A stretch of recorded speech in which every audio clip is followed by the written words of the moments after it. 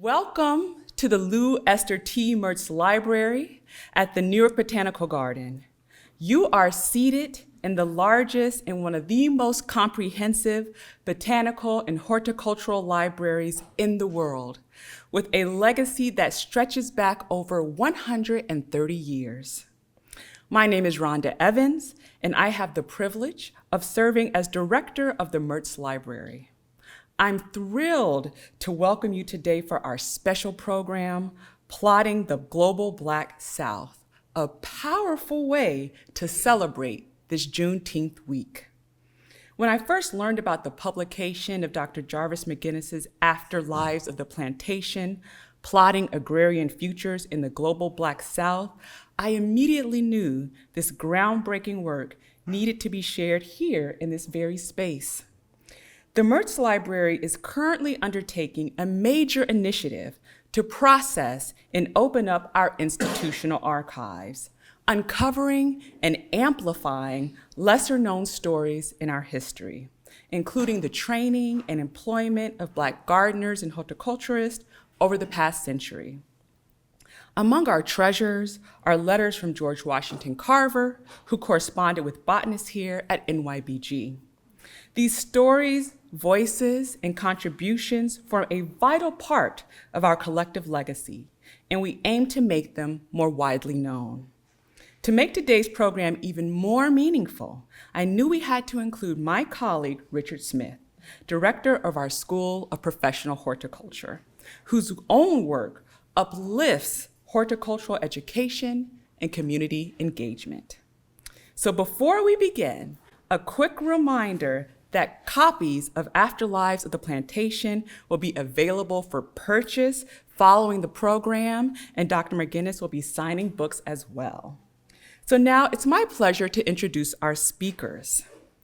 Jarvis C. McInnis is an associate professor of English at Duke University in my hometown of Durham, North Carolina.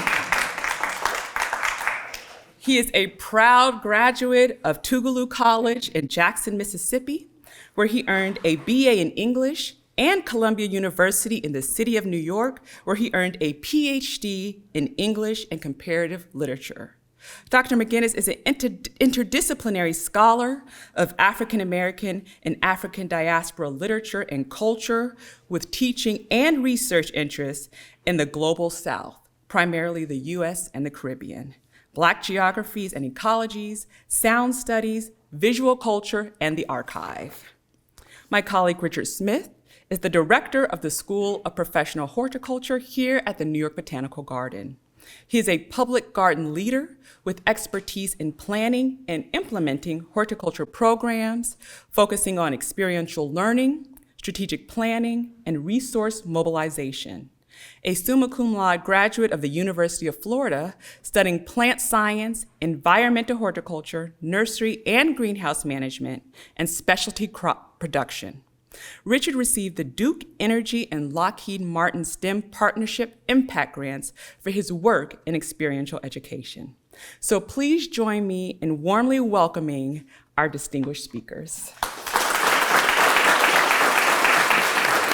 And I want to thank everyone for coming today. This is a very exciting moment for myself. I have been a fan of Booker T. Washington and George Washington Carver for many years, being as African American in agriculture, if you would say. And so I'm really privileged to have this opportunity to speak with Jarvis about what you've written here. So my first question for you is, basically, I would like for you to go, because I know some folks have not read the book, right? Sure. So I want you to go into kind of not detail, but just an overview of the book. Sure, absolutely. First, I just want to say thank you to all of you all for gathering here today, and to thank you to Richard as well for agreeing to be in conversation with me, especially to Rhonda for the invitation, and the wonderful team. It's been just a pleasure to work with you all, and am just delighted to have this opportunity to talk about this work in this space. It's a dream of mine, really, to be invited to spaces that focus on gardening and horticulture and agriculture and so forth and so on, to be able to be in conversation with a Black horticulturalist as well. So thank you all so much for this opportunity, and I would be remiss not to thank two people in particular who helped to bring this, usher this book into the world: my agent, Kevin O'Connor, and my editor, Philip Leventhal. Thank you all so much for being here and for supporting me. There are lots of other special people in this room. You know who you are. I've hugged you. I've thanked you for being here as well, and grateful for you. But I wanted to say that at the outset. So Afterlives of the Plantation, it focuses on the ties between Southern African American and Caribbean writers, artists, and intellectuals in the late 19th to early 20th centuries. And the way that I explore those connections is not through Harlem, right, which is very important to me. I lived in Harlem for a long time. I now view it as a second home. I'm originally from Gulfport, Mississippi, and so when I first arrived in New York, it felt very foreign to me. And every time, at the end of every semester, I was on the first bus, or the first plane, back home. But by the time I left, it left its mark on me, right? It's very special. But it's in Harlem that I began to wonder about not the people who made the Great Migration, but the people who didn't make the Great Migration, the people who stayed in the South, like my parents, my grandparents, and great-grandparents, and how they understood themselves as modern subjects as well, right? But also how they understood themselves to be in relation to other Black people in other parts of the world. And so the book explores that question, or those questions, through Tuskegee and through Booker T. Washington School. As I delved into the archive, initially I thought that the book would focus on I actually came to the question of the South's connection to the Caribbean through Zora Neale Hurston. And we should all start with Zora Neale Hurston. She is such an incredible talent. And I was introduced to her anthropological work and the work she did in the US South and the work she did in the Caribbean. And then as I continued to delve deeper, I said, Tuskegee actually has this huge footprint that I didn't know about. I knew about its ties to Garvey, but as I continued to research, I realized that there were ties to Cuba, and ties to Puerto Rico, and ties to Haiti, and ties to Guyana. And I was like, wow, in the early part of the 20th century, Tuskegee was everywhere. And people were coming to Tuskegee to study that particular model of industrial and agricultural education. And they were taking those ideas back to their respective homes. And so in some ways, the book follows that structure. The book is in 3 parts, plot 1, plot 2, plot 3. And each plot, it's a play on I use plot as a play on a story plot, novel plot, right? I'm a literary scholar after all. Right. But it is also the garden plot, right? The slave garden plots that were given to enslaved people to grow food to nourish themselves, because slave masters did not actually give them enough food. And the ways that those structures actually persisted in the aftermath of slavery, as I draw out in the book. And so part 1 is helping us to rethink Tuskegee. Tuskegee is often reduced to Booker T. Washington's political conservatism, but I saw in Tuskegee a vision of sustainable and regenerative agriculture, as well as an aesthetic project that really was the precursor to what we see in Harlem, what we see through the New Negro movement in the 20s and 30s. So part 1 does that. Part 2 takes up what happens when those ideas get projected to and taken up by and adapted by Afro-Cuban and Haitian intellectuals, Rafael Serra y Montalvo in Cuba, and Jean Price Mars in Haiti. And then plot 3 is about Tuskegee students, right? What is an educational institution without its students, right? And so it's about what happens when those students take up those ideas and adapt them even more, critiquing them, sometimes outright rejecting them. Those students were some of the luminaries of the Harlem Renaissance. Claude McKay, Zora Neale Hurston, and Marcus Garvey. Some of them were students who actually attended Tuskegee. Some of them were students who were like McKay, students who attended schools that were founded by Tuskegee graduates like Hurston, and then someone like Marcus Garvey, who's a kind of self-proclaimed student of Washington, right? Who's reading his autobiography and is becoming and becomes inspired by that particular vision. And so that's the kind of arc of the book, from helping us to rethink Tuskegee to helping us to see what happens when Tuskegee gets transplanted to the Caribbean in particular ways, those ideas, and then what happens with Tuskegee students. All right, so you've kind of guided us to how the rural Alabama kind of attracted your attention. Yeah. What did it look like when Booker T. Washington is coming to Tuskegee to set up? Yeah. One of the things that this is a great question. One of the things that I was most drawn to, and I suppose had a lot of compassion for, was the conditions that formerly enslaved people confronted in the immediate aftermath of slavery. When Washington gets to Tuskegee in 1881, the school is founded July 4th, 1881. So when he arrives there around that time, he finds an abandoned plantation where the big house, the mansion house, had been burned during the Civil War. And not only was it an abandoned plantation, but the soil was degraded, right, by abusive monocrop agriculture. And so they have to set about clearing new land because the land that was already cleared, right, is no good.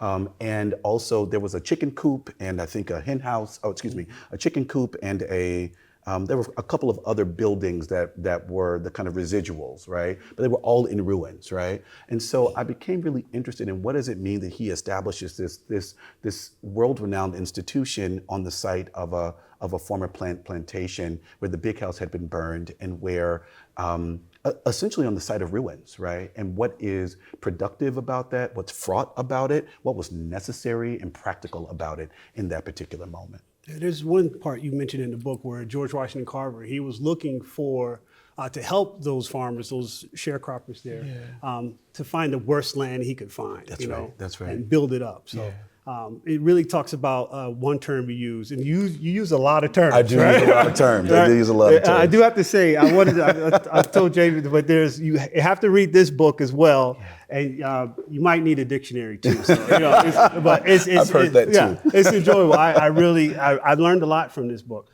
But George Washington Carver, you use a term, ecological regeneration, and I think that's very important for us today. Now. Absolutely. There's another term you use, which I'm kind of a fan of, ontological. Yes. Explain. Go into detail for everyone else. Absolutely. Thank you. It's such a great question. Eco-ontology, eco-ontological regeneration. It simply is a word, a neologism that refers to ecology and ontology, which is being, right? Simply put, personhood or subjectivity, right? And so what I'm interested in the book is the way that formerly enslaved peoples and their descendants, through the Tuskegee model, we see the ways in which they are regenerating themselves, right? They are regenerating their personhood, right? They were regarded as non-persons or 3/5 of a person, right? They're doing that regeneration by regenerating the land, right? By regenerating the soil. And so when Booker T. Washington writes to Carver to invite him to Tuskegee to become a professor there, to teach there, he says we have to essentially uplift these poor rural Black folk in the Alabama countryside and help them to make the transition from waste to manhood, right? And so I was really interested in this idea of of repurposing, right, the plantation, regenerating the soil, and regenerating their own personhood. The ways in which they achieve a sense of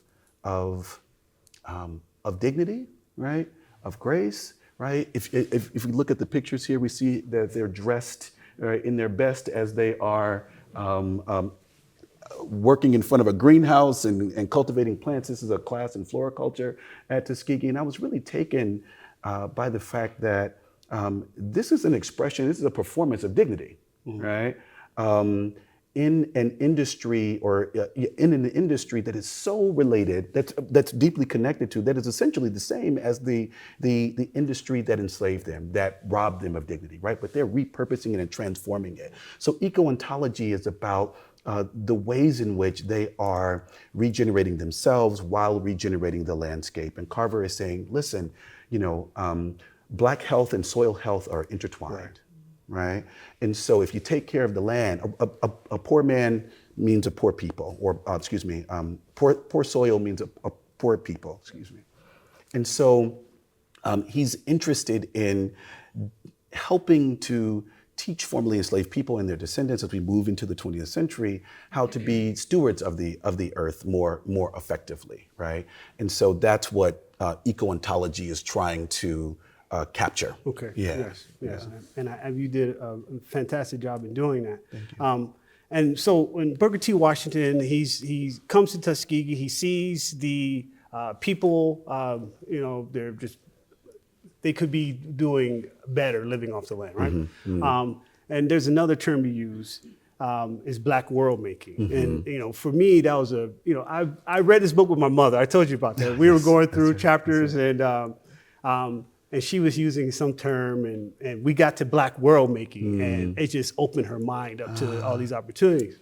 I also want to ask you about how did Booker T. Washington, Carver, the staff, faculty at Tuskegee, how did they view, the folks in Tuskegee? Absolutely.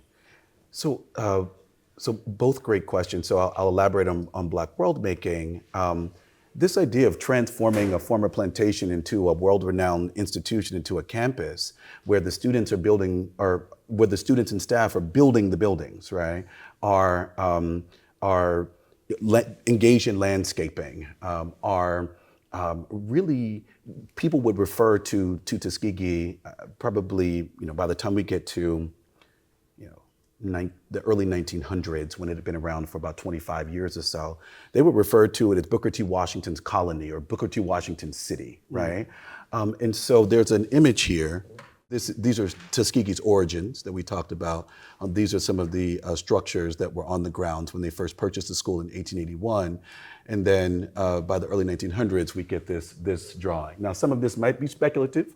There's a passage where Washington is writing to one of his editors and saying, hey, in this drawing, this is what we hope the campus can look like, right? At its best in the summertime when everything is verdant and so forth and so on. And so, but you get a sense of the magnitude of the transformation. And so when I saw this, it helped me to understand that this was a vision of agrarian world making, right? And a world making that is largely self-contained. Yes, it is funded by white industrial titans, right? And so that tension is there also. But there were so few resources available for Black education, right? That Black people had to lean on the kindness, right? Kindness, there we go, right. of philanthropists who also wanted to put certain restrictions on the kinds of futures that Black people were able to pursue. So I think this image captures what I mean by the world-making aspect. Oh, and the last thing I'll say is that what's important about the Tuskegee Project is that it functions at multiple different scales. So I like to go to this image. It's a drawing that George Washington Carver did of how to plant a 40-acre farm. And what he says in some of the contextual material around it, so you see at the bottom, or you may see at the bottom, he's telling you where to plant pumpkins and peas and cotton and so forth and so on. And then in the contextual information, he says this is what you plant in year 1 in each location, and then in year 2, you rotate the crops, right, to ensure that you are restoring the nutrients in the soil. And what he says here is that this can be used to plant a 1-acre farm, right, or a small farm up to a 40-acre farm, right? And so I use that to think about the way that the Tuskegee model imagined itself as operating at multiple scales. And so when we get to a place like Haiti, right, we get to someone like Jean Price Mars, who's the foremost Haitian intellectual, who wants to establish schools like Tuskegee in the Haitian countryside. We see the ways in which the Tuskegee project is being used to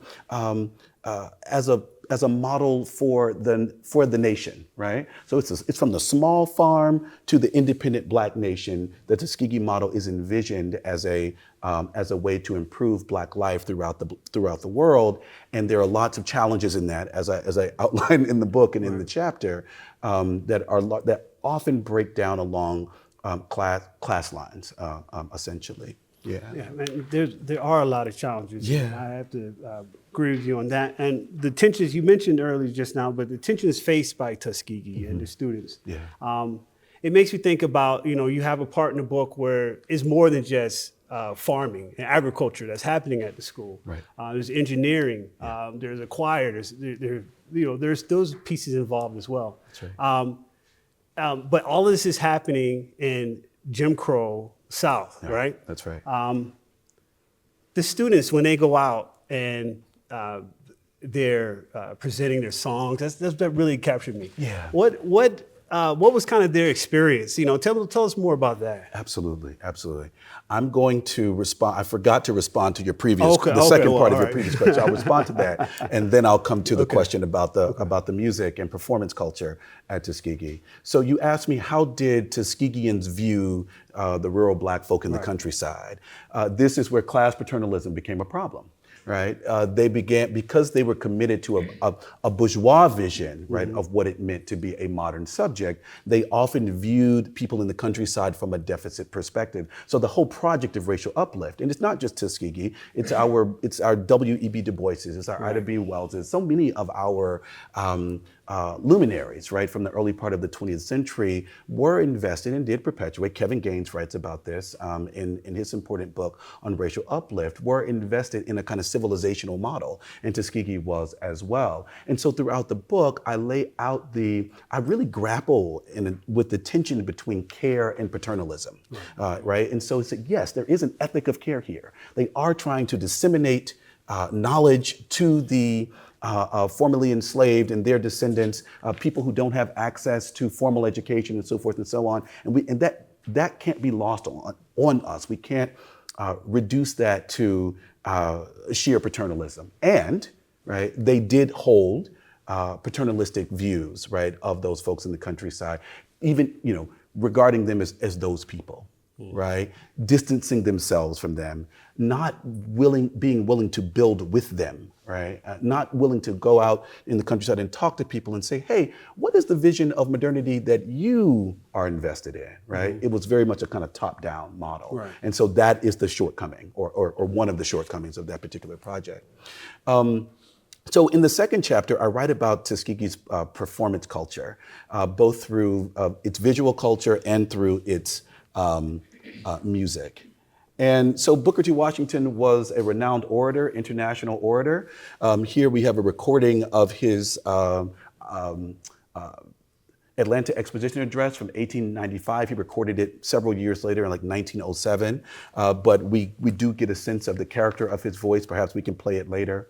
But we also have the Tuskegee Institute singers. If anyone knows about the Fisk Jubilee singers, you know that they traveled around the world raising money for Fisk, and they did the same at Tuskegee. And they performed what Washington called plantation melodies. We refer to them largely as Negro spirituals, but they performed plantation melodies, and they rearranged them so that they were consistent with choral music, or European Western choral music, right?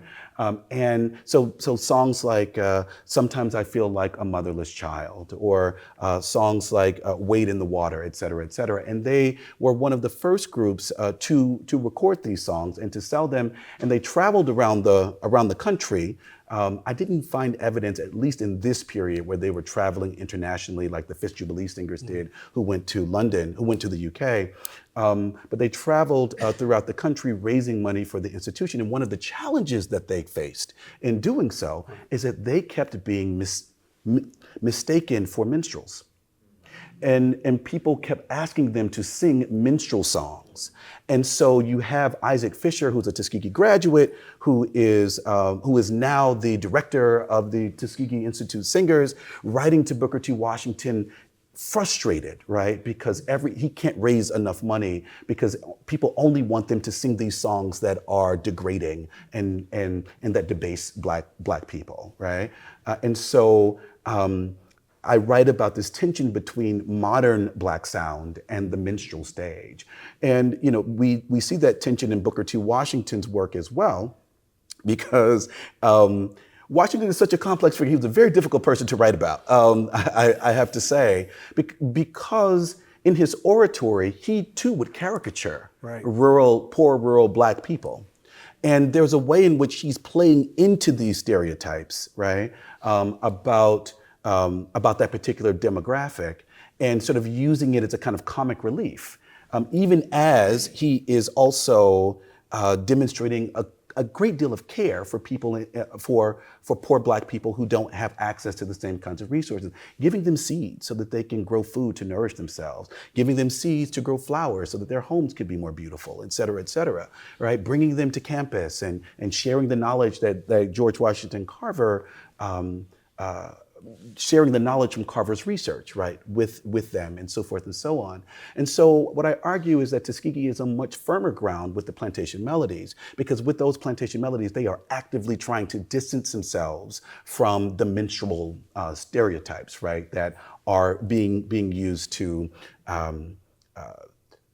characterize and that are being circulated in popular media and culture as the represented as the prototypical representative of what Blackness is in that particular moment. Right. Yeah. And you did a great job with that. The recordings that they've done, that was significant for them, but also the photos that Booker T. Washington is taking. Yeah. Tuskegee is cultivating like more than just crops. They're curating an image of the new Negro. That's right. That's right. How was this image, this new ideal, how was that incorporated into like campus aesthetics and labor and beyond that? Absolutely, it's a great question. I will. So first we see it in the Tuskegee Institute Singers, right? We see the way that they are dressed and comported. But if we look at this picture of students working so Tuskegee also had an experiment plot or an experiment station where they engage in agricultural experimentation. And so I use the experiment plot as a way to think about the relationship to the slave garden plot as a early 20th century manifestation, right, of that slave garden plot. And so here they're cultivating cassava, but we see that they're dressed in vests and hats and so forth and so on. Again, some of them in overalls, which you would suspect from someone who's working in agriculture, but many of them not. And I love this picture. This guy in the front with his leg right crossed, he's one of my favorite people. It is one of my favorite images because the caption says that the students are at work moving this device into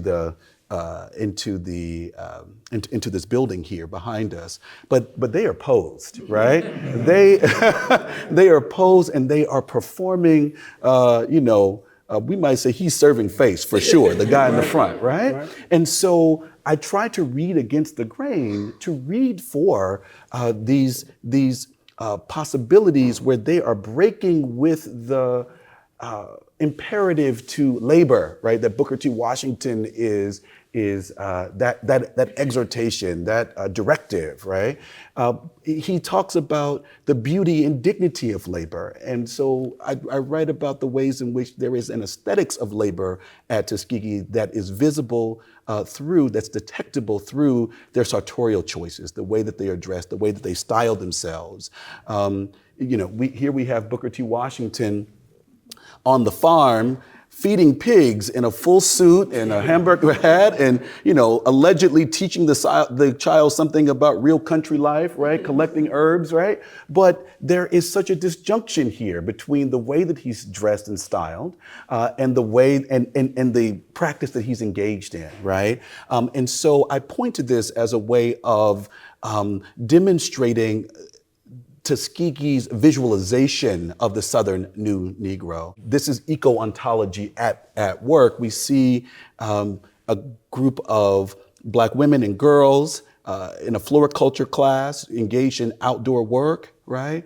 In what appear to be white dresses, which we know one would not want to work in, right, on the farm.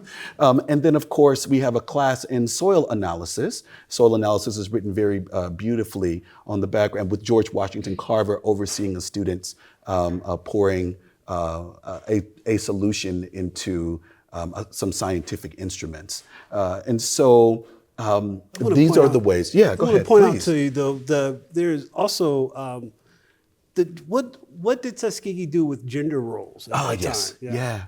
No, this is great. So I write about in that second chapter, the ways in which Tuskegee is really encouraging, yes, Black women to work in traditional domestic trades, but they're also encouraging Black women to work outdoors. And this was a challenge because Black women had been relegated to the outdoors during enslavement. And so their goal after slavery was to restore, right, femininity, right, was to recapture their womanhood, and that did not mean working outside, okay? But Tuskegee was invested in cultivating certain trades and disciplines where Black women could be successful. And so Carver was very insistent on opening up the agriculture department to women. And so in this classroom, we see Black women working alongside black men in this chemical laboratory, right? So they're not only working in trades like broom making or millinery, which is hat making, or trades that are regarded as feminine, right? There were also some trades that both male and female students engaged in. And so most of the industries, the industrial trades, young men were in those trades. And so there is both a, how would I put it? There's both an effort to have very defined and strict gender roles, right? And there's this gray area where gender roles are being sort of played with or manipulated, are being expanded or elasticized through the various trades that students are able to engage in. Yeah. Thank you. Yeah. All right, so that gives us a view of Tuskegee, Alabama, their outreach, where they are, right? Absolutely. How does Tuskegee get involved with Haiti? Yeah, absolutely. It's a great question. Washington had a lot to say about Haiti. He had a lot to say about Haiti and Liberia in the early part of the 20th century. In some ways, Haiti is always on the minds of Black folk here in this country, right? Because of the significance of the Haitian Revolution. But in 1904, it marked a century, Haiti's centennial, a century since Haiti had been freed from, had won its freedom from France. And so as a result, there was the St. Louis Exposition in 1904, and Jean Price Mars, who's a prominent Haitian scholar and intellectual who's often regarded as a father of negritude, he comes to the United States to attend the St. Louis Exposition, the World Fair, and he sees Washington there, and afterwards writes to Washington to see if he can come to Tuskegee to study that style of education. He'd actually already met Washington the year prior in Paris. Washington was on a tour there, and he met Price Mars and several other Haitian students and political figures who were in France at the time. And so when he came for the St. Louis Expo, Price Mars meaning, he wanted to actually see Tuskegee for himself because Haiti was at that time about 90 90-something% agricultural and rural, right? And so they viewed in the Tuskegee model a way to enhance the lives of the Haitian peasantry. That's the word that they used. The Haitian peasantry through agricultural education in particular. Yeah. So they've expanded, they've become an international program. Yeah, So yeah. Haiti, Cuba, Yeah. Puerto Rico, Yeah. and Africa as well. So, Yeah, that's right. That's right. But I wanted to ask you, you mentioned Zora Neale Hurston earlier, and I'm sorry to jump around. No, you're fine. You're fine. Can you tell me more about Zora Neale Hurston's importance to your work? Sure. And her perceptions of Tuskegee and its work? Absolutely, yes. So as I noted earlier, Hurston, this project, or many of the ideas, she began with my encountering her work and as a graduate student. And I realized that Hurston is a student of Washington's, or a student of Tuskegee's, excuse me, because she grew up in Eatonville, Florida. Well, first she was born in Macon County, Alabama. She tells us, Hurston had a very wild imagination, and she was not always truthful about her origins, the year she was born or where she was born. So she was actually born in Macon County, Alabama, the same county where Tuskegee was founded. But she grew up in Eatonville, Florida, and she attended a school that was founded by a Tuskegee graduate, Russell Calhoun. And Hurston went to that school until she left Eatonville when she was around 13 after her mom passed. So I would say her early education was in that school. And so she travels all around the world. She is really in many ways orphaned, unfortunately, and is itinerant for many years. One of the reasons that I suspect that she was not truthful about her age is because she was trying to catch up on the years that she had lost by not being able to be in school because she was working, and so she shaved off 10 years so that she could go to Morgan State and to Howard and to Barnard and so forth and so on. But Hurston was a proponent of Washington and Tuskegee. She, very much invested in the Washington-Du Bois debate, which I kind of try to steer away from in the book because I feel like we know about that debate, right? And I think that it's oversimplified, right? And so what we don't know enough about is what was happening on the ground at Tuskegee at that time, and of course how it traveled to the rest of the world. But Hurston celebrated Washington. There were moments in her work, both her anthropological work and her fiction, where she engages Washington sort of ambiguously, right? And will ventriloquizes. If we go to a text like "Their Eyes Were Watching God," there's a character named Mrs. Turner, and she's talking to Janie when Janie's on the muck, right, in the Everglades with tea cake, and Mrs. Turner is critical of Booker T. Washington, and so Janie doesn't say anything explicitly, but her internal dialogue says, "Well, I always thought he was a great man," right, and so forth and so on, and so she disagrees with, in the book I talk about the ways that Hurston would have disagreed with the Tuskegee new Negro woman, right? The conception of womanhood that comes out of Tuskegee, she would have rejected all of this, right? Hurston was too much of a maverick, too much of an independent thinker.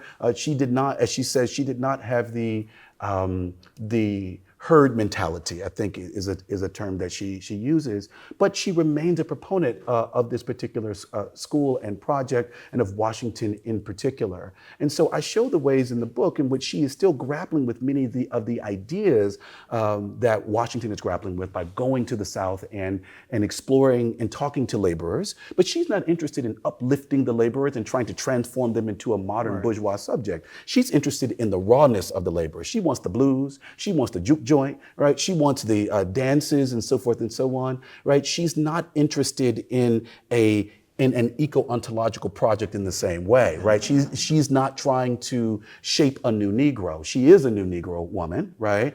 But there's a way that she's able to retain her sort of respect for Washington and Tuskegee while at the same time going her own way, which says a lot for Hurston, because if she disagreed with somebody, she knew how to cut you down with words. You never wanted to be on Hurston's bad side. Ask Langston Hughes, ask a number of, ask James Weldon Johnson, ask Elaine Locke, right? Many of our contemporaries of the Harlem Renaissance, you did not want to be on Hurston's bad side. I'll tell you that. Yeah, I was excited to read that part of the book. I'm from Florida. I was born in Belgrade, in the Everglades, so I'm very familiar with Absolutely. that migration down south for work. So and I'll just say, I'm glad you said this, right? Part of what the Hurston chapter allows me to do is to talk about the South as a destination, as a migration destination, right? The people from other parts of the South who are moving to the Everglades, right? Or who are moving to South Florida. Cities like Fort Lauderdale and Miami, they were not the global cities that we know them to be now. They were largely unsettled territory. And so the migrants from the South and from the Caribbean, right? And so it becomes this diasporic contact zone. And Hurston was one of the first people to document the significance of that. Yeah. Nice. Wonderful. Yeah. So we have just like a time for one more question from me, then we'll open it up for the audience to ask questions. So I wanted to know this, considering today's ecological and educational movements, if you haven't noticed, horticulture for myself is becoming more ecologically centered. People are thinking more than just aesthetic value of plants, but how does a plant function in the environment? How do we look at Tuskegee for inspiration or maybe even critique? Yeah, that's a great question. I think George Washington Carver is one of our most important ecological thinkers because he was at that time making the argument that Black life and plant life and animal life were all intertwined, right? And was trying to teach Black people, all people really, how to be better stewards of the earth.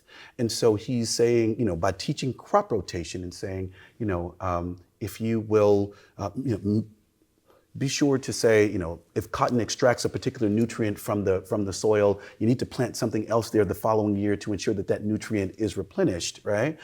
He was never interested in a kind of plantation logic of production for capital accumulation, right, to make you richer. It was about having a full life, ensuring that people could take care of themselves and take care of their families. I was rereading something this morning where he's saying, hey, the animals on the farm, they provide the best fertilizer with their manure, right? And so if we think about the ways that slavery created a system wherein plants, animals, and people existed in fungible and exploitative relationships with each other, right? Where the very people who were enslaved were forced to exploit the land itself, right? Through abusive monocrop agriculture. Carver is exploding all of that and creating a relationship that is imagining a relationship that is symbiotic, right? And so I think that is something that we can look to and hold on to, right? It's not just about the beauty of the plant. Right. Can we plant plants that are native species, right? Plants that are going to ensure that we are increasing the population of bees and other pollinators, right? And so forth and so on. How do we produce in ways that are more sustainable? How do we maintain a critique always, right, of a kind of plantation logic that is about capital accumulation, but also about resource extraction, right? And you just deplete the land and you just move to another plot of land, right? And really the problem that a lot of these figures ran into is the fact, especially those who wanted to repurpose the plantation as a kind of monocrop agricultural, project. Someone like Garvey, what Marcus Garvey was doing in the UNIA, or what he proposed to do, it was a project that was invested in sort of care for Black people and protection for Black people, but they hadn't quite thought about what it meant to continue to produce crops at that scale. Right? Because when you produce crops at that scale, there is, and I'd love for you to talk about this, Richard, if you have thoughts about it. For me, it seems like you're going to run into two issues at least, right? One is the question of labor and how do you treat your labor well. The plantation is a fundamentally exploitative institution, right? And so I can't imagine, right, a vision of the plantation that is not exploitative of people, of human capital, right? Or treating humans like capital, I should say. Right. And then I can't imagine a version of it that is not exploiting the land either, right? So we have to, continue thinking about scale. Yes, that diagram that Carver drew, right? It can take us from a small farm to a 40-acre farm, but where's that limit, right? Where is that limit to ensure that we don't replicate the eco-ontological violences of the past? Right. Yeah. I think they may be finding the Black liberation piece and then operating in this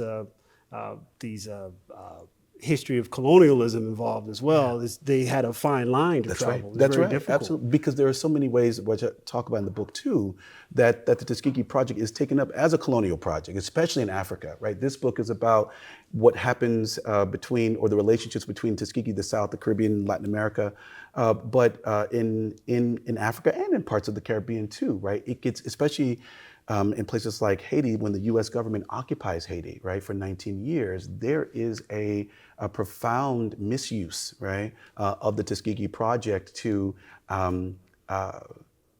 replicate or to put the plantation back in place in Haiti, right, in ways that they had resisted that institution for over a century, right? So we do have to be careful about the ways that this project can be taken up. And that's what's so tricky about the Tuskegee Project. It was malleable enough to be appropriated by those who were invested in Black life and sustaining Black people, and those who wanted to exploit Black people and to continue, right, the project of racial capitalist exploitation that slavery and the plantation put in place in the first place. So that it depended on who was in the position of power, right? And did they have love and care for Black people? Right. And even when they had love and care for Black people, could they check their own class bias as well? Absolutely. Yeah. And that's a great close to our little segment here. Absolutely. And I want to give you a round of applause for the work you've done.